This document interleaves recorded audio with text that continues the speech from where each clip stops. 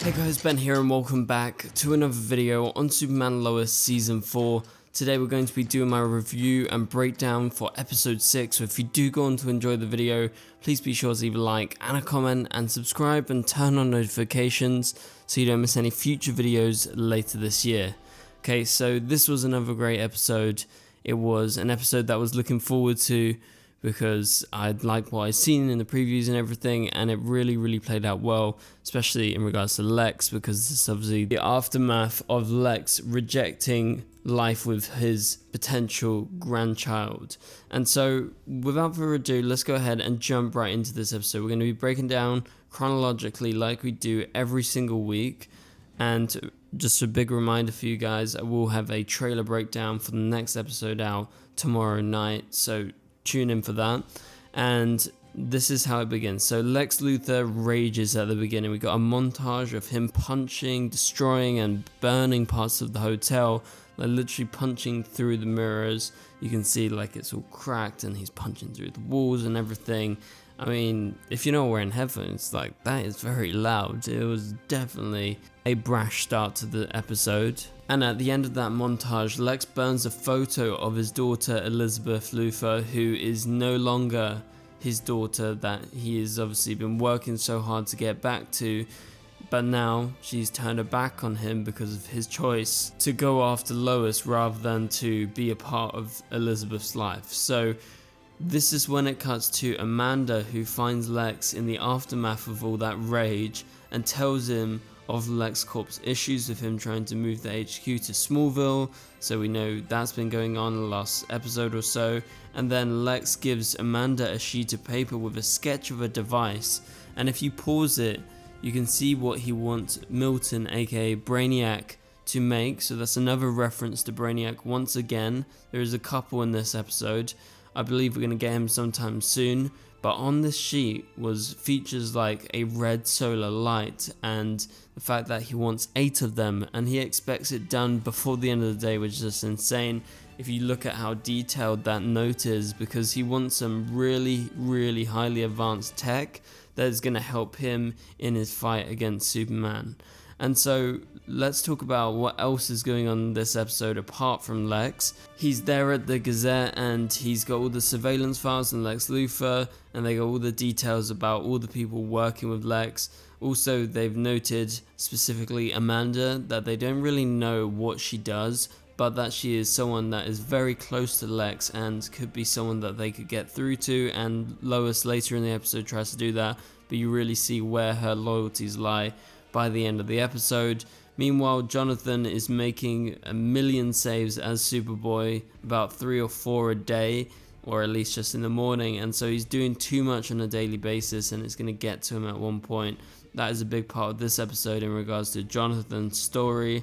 And so Clark is getting old at the same time, as Lois notices the salt and pepper on his hair, so he's got little grey patches. You can't really see it well on screen, but he becomes very paranoid about it because this is something that's never happened to him. He's never aging, and he never thought he would actually turn old. And obviously this is just like a few little bits and pieces, like some patches.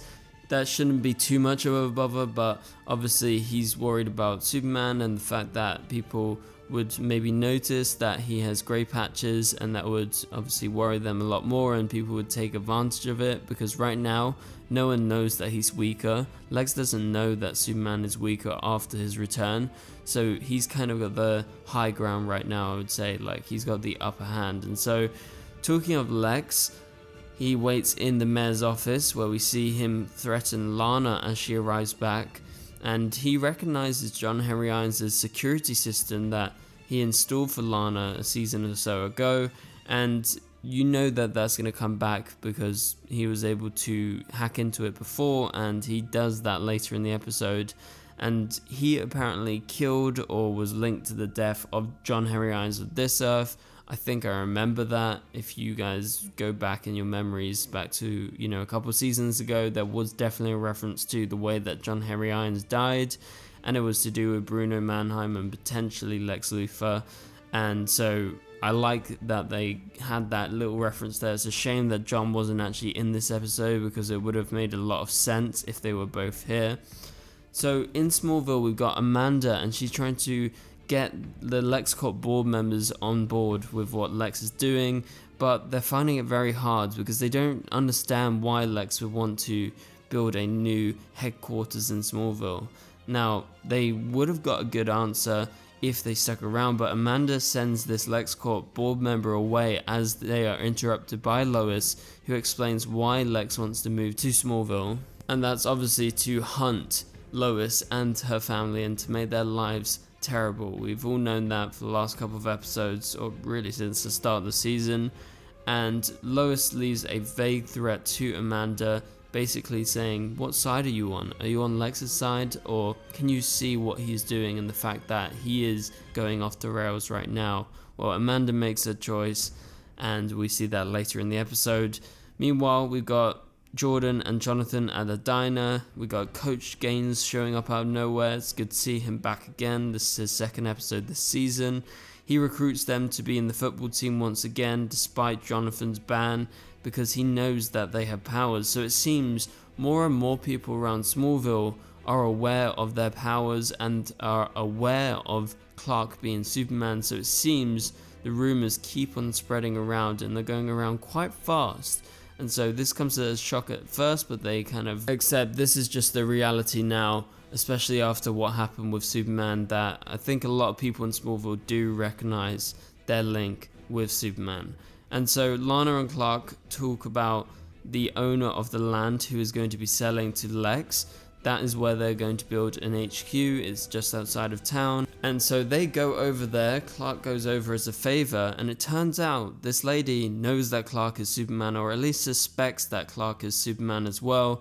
And so she's willing to give up the money which Lex has given her, and obviously that would be life-changing money. And what she says in this scene is basically that it's nothing compared to what Clark has sacrificed, and that everything you've done for this town, I would be more than willing to give up the money for that. So I was losing my mind in this scene, and I'm sure you guys were too, because this is one of the first times we've heard someone outright say pretty much to Clark's face, I know who you are, without saying exactly who he is.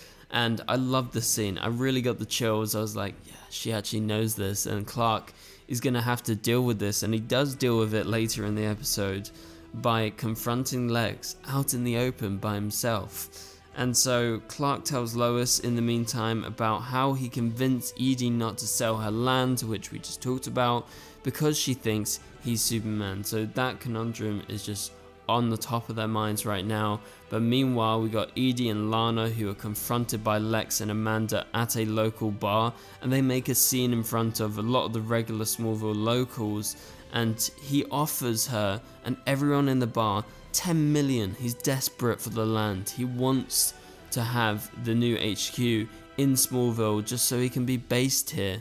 And it's a bit strange how he wants to build an entirely new HQ. Surely that's going to take a lot of time, and surely his plan is to get rid of Lois and the family and Superman much quicker than that. So I do have a little doubt about that story and the fact that they want to build a HQ from scratch. I understand if they wanted to, say, transform a building like the hotel into the HQ, but by buying land, I don't know, that's going to take literally years for it to be built up.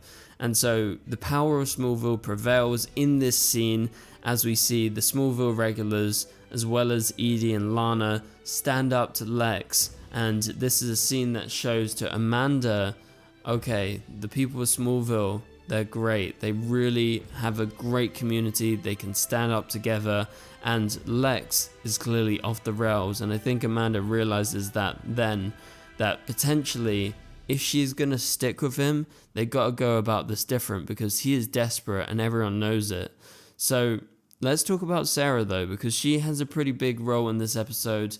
And that's because she saves Lana later in the episode when Otis goes to attack them, and they are sent by Lex to kill Lana. They try to gas them out and probably set the building on fire, but Lana just smells the gas in time, goes down, turns it off, and they have the fight, and Sarah comes in swinging with the bat that Carl always tells them to put under their bed. So, yay for Sarah for being a hero.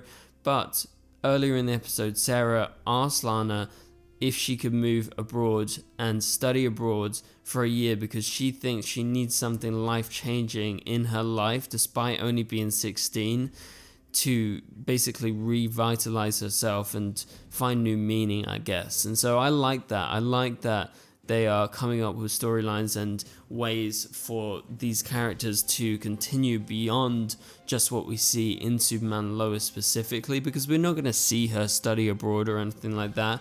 But we had that nice scene towards the end of the episode with Jonathan and Jordan as they tease Sarah before flying away to Greece with her. And so in the aftermath of Lana being attacked by Otis, you see Clark and he goes missing. Clark was in the house, he was getting a glass of water, but you see that glass of water there and the family knows, oh crap, like where is he? He is going after Lex.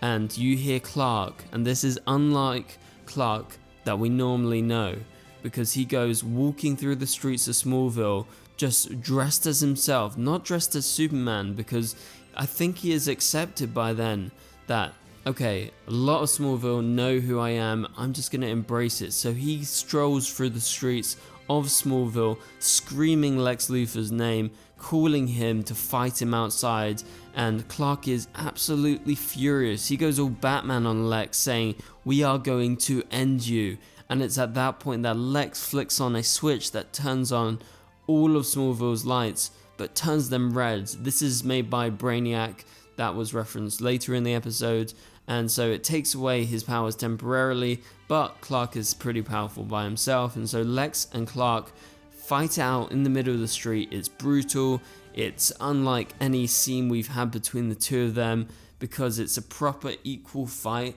with them, and it really tests Clark's morality and his physicality, because it shows, yes, he can be beaten up to a certain extent by Lex, but he will overcome him because he's still powerful and has the great fighting technique to overcome him.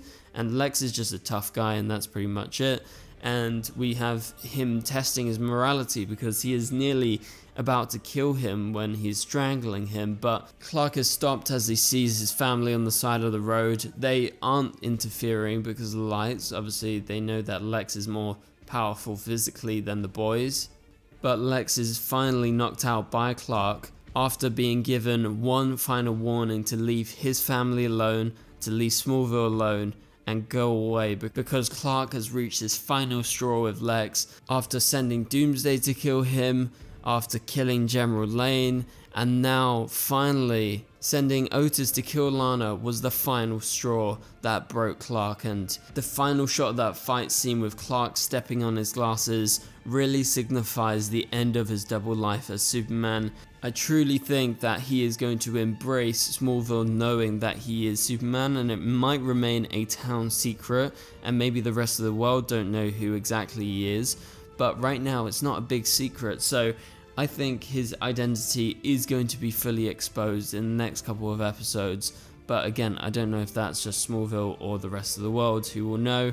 And in the meantime, they all talk as a family. We got Clark, Jordan and Jonathan, and Clark says they all need to be ready for Luthor's next move so that they can fight together and actually stand up. And Jordan actually has a realization in this episode that he is doing a lot less by not stepping up, even though, yes, he's made mistakes as Superboy before, but by trying to ignore his powers, he is obviously not being a help at all, so he needs to really step up.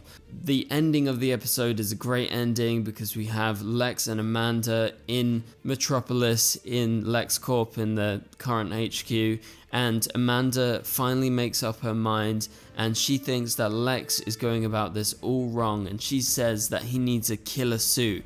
And this is when the camera pans out to reveal where they are in LexCorp. It's a great ending. It teases the arrival of Lex's Lexo suit, which is more likely than not going to be made by Milton, aka Brainiac himself. So that pretty much does it for this video, guys. If you did enjoy the video, please be sure to leave a like and a comment. It would really help this video get out there. Also subscribe and turn on notifications so you don't miss any future videos. This was a really great episode. I really enjoyed it. There's a lot of solid content in this episode. I'm really looking forward to the episodes that are going to be following. So for now, if you enjoyed this video, click on the top right corner of the screen to watch my latest video, and I will catch you guys later. Goodbye.